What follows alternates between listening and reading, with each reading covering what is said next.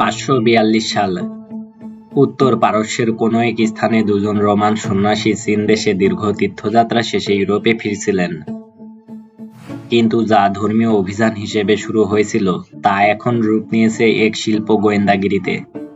তাদের লাঠির ভেতরে লুকানো ছিল চীন থেকে পাচার করা শত শত রেশম পোকার ডিম। যখন এই পোকাগুলো ফুটবে, তারা রেশমের তন্তু তৈরি করতে শুরু করবে, যা বিশ্বের সবচেয়ে বিলাসবহুল এবং ব্যয়বহুল পণ্যের পেছনের গোপন উপাদান। কয়েক শতাব্দী ধরে চীন রেশম তৈরির পুরো ব্যবসাটি কঠোর গোপনীয়তায় রেখেছিল। যে কেউ এই প্রক্রিয়াটি ফাঁস করার চেষ্টা করলে তাকে মৃত্যুদণ্ড দেওয়া হতো, এবং বিশ্বের বেশিরভাগ মানুষ তখনও ভাবত যে রেশম গাছ থেকে আসে। এটি চীনকে বিশ্বের সবচেয়ে মূল্যবান পণ্যের উপর একচেটিয়া আধিপত্য দিয়েছিল, কিন্তু সেই সবকিছু বদলাতে যাচ্ছিল। সন্ন্যাসীরা নিরাপদে ইউরোপে ফিরে আসেন, এবং এরপরেই রোমান সাম্রাজ্য জুড়ে রেশম কারখানা খুলতে শুরু করে, যা রোমান অর্থনীতিকে শক্তিশালী করে এবং চীনের 3000 বছরের একচেটিয়া ব্যবসার অবসান ঘটায়। কিন্তু এই সব কোথা থেকে এলো, আর চীনই বা কিভাবে রেশম তৈরিতে দক্ষতা অর্জন করলো? প্রাচীন রেশম তৈরির পেছনের অসাধারণ ইঞ্জিনিয়ারিং, কিভাবে এটি রেশম পোকা থেকে সংগ্রহ করা হতো, এবং কেন এটি বিশ্বের সবচেয়ে মূল্যবান পণ্য হয়ে উঠল, তা দেখানোর জন্য আমরা পুরো বিষয়টি অ্যানিমেশন করেছি। হাজার হাজার বছর ধরে রেশম ছিল সম্রাট, সমাজের উচ্চপদস্থ সদস্য, এবং মোটামুটি যে কেউ এটি কেনার সামর্থ্য রাখতেন তাদের জন্য অভিজাত্যের চূড়ান্ত প্রতীক। কোনো কোনো স্থানে এটি সোনা অপেক্ষা বেশি মূল্যবান মুদ্রা হিসেবে ব্যবহৃত হতে শুরু করে। তুলা বা পশম, যা ছোট ছোট তন্তু পেঁচিয়ে তৈরি হয়, তার বিপরীতে রেশম দীর্ঘ নিরবিচ্ছিন্ন তন্তু দিয়ে তৈরি, যা একে করে তোলে অতি মসৃণ এবং উজ্জ্বল। কিন্তু প্রাচীন সভ্যতাগুলো প্রথম কিভাবে বুঝলো যে তারা পোকা থেকে এই সূক্ষ্ম প্রাকৃতিক পণ্যটি পেতে পারে? সবকিছু শুরু হয়েছিল প্রায় 5000 বছর আগে এক কাপ চায়ের মাধ্যমে। প্রচলিত কাহিনী অনুযায়ী চীনের সম্রাজ্ঞী একটি পুরনো তুঁত গাছের নিচে বসেছিলেন। যখন তার চায়ের কাপে কিছু একটা পড়ে, সেটি চায়ে ভেজার সাথে সাথে মানুষের চুলের চেয়েও অনেক পাতলা একটি নিরবিচ্ছিন্ন তন্তুতে খুলতে শুরু করে। সম্রাজ্ঞীর অবাক হওয়ার পালা।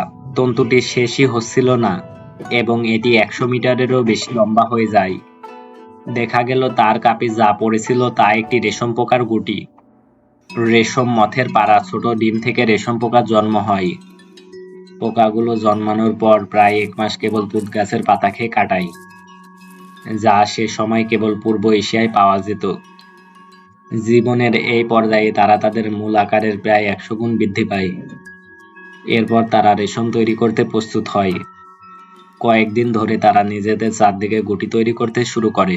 বিশেষ গ্রন্থি থেকে প্রোটিনের একটি সূক্ষ্ম ফিলামেন্ট নির্গত হয়, যা আঠালো তরলে ভেজানো থাকে।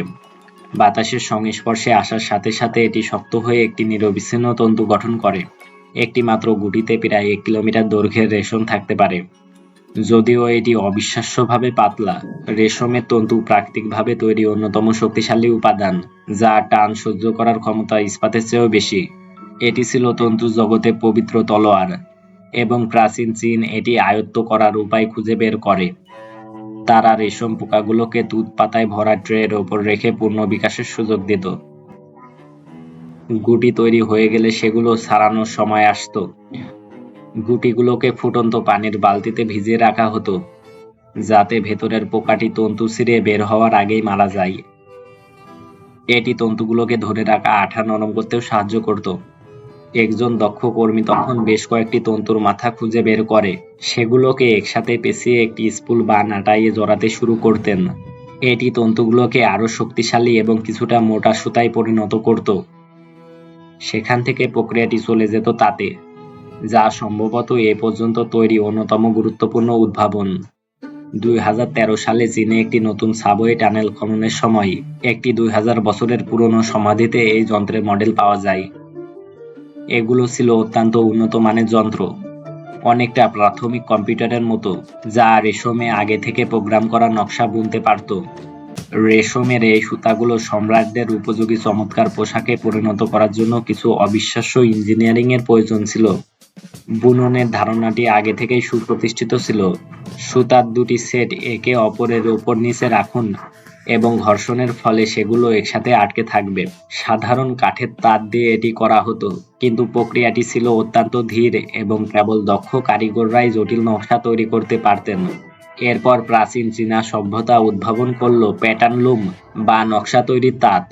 এটি যেভাবে কাজ করত, রেশমের অনেকগুলো সুতা তাঁতের পেছনের বিম এবং কাপড়ের বিমের মধ্যে টান টান করে বাঁধা থাকত। তাঁতের মাঝখানে সুতাগুলো দুটি শ্যাফটের মধ্য দিয়ে যেত, যা পায়ের প্যাডেল দিয়ে উপরে নিচে করা যেত। প্রতিটি শ্যাফটের সাথে হেডেল নামক ছোট ছিদ্রযুক্ত উলম্ব সুতার সেট যুক্ত ছিল। রেশম সুতাগুলো পর্যায়ক্রমে এই হেডেলের মধ্য দিয়ে যেত, যা মূলত সুতাগুলোকে দুটি আলাদা দলে বিভক্ত করত এবং তাঁতি সেগুলো ওঠাতে নামাতে পারতেন। যখন সুতাগুলো আলাদা হতো, তখন ওয়েফট নামক একটি সুতা সেই ফাঁক দিয়ে চলে যেত। যখন হেডেলগুলো উল্টে দেওয়া হতো, সুতাটি নিখুঁতভাবে বুননে আটকে যেত।